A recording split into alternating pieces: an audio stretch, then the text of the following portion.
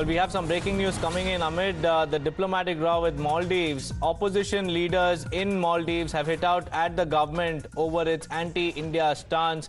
The opposition leaders have called out the government and has asked them to not continue on their anti-India stance because they regard India as a developmental partner. We have Amita joining us from the plasma in the newsroom.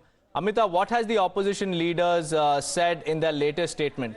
Right, we talk about this joint press statement as far as the Maldivian Democratic Party and the Democrats are also concerned, because they have been citing their concern as far as the decisions that are now being taken by the current dispensation, especially when it comes to the direction of the foreign policy. The current administration appears to be making a stark pivot towards an anti-India stance, and both the parties, which is the MDP and the Democrats, believe alienating any development partner and especially the country's most long-standing ally, which is India, will be extremely detrimental to the long-term development of the country, and consecutive governments of the country must be able to work with all development partners for the government, for the benefit of the people of Maldives, as Maldives have traditionally done. Stability is something, especially in the Indian Ocean, that is also being cited, and here is the opposition parties there as far as the other parties, the Maldivian Democratic Party and the Democrats, who have been saying that they are committed or working for the benefit of the people of Maldives, and they are urging the current dispensation to take strong stand when it comes to policy matters.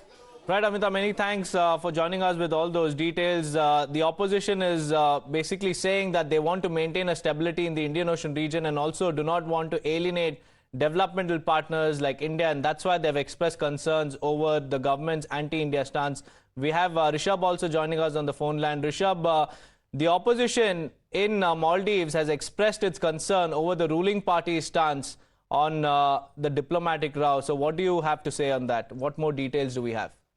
Well, definitely, if you see, the Maldivian Democratic Party has very clearly stated that the way the government and its, operatives and officials are functioning is not good for the interest of Maldives. And we have seen in the last 2 to 3 weeks that how an anti-India rhetoric has, taken a huge space in Maldivian politics, and the ruling party has been fanning such sentiment. First, there were statements against Prime Minister Narendra Modi, mocking him, rebuking him.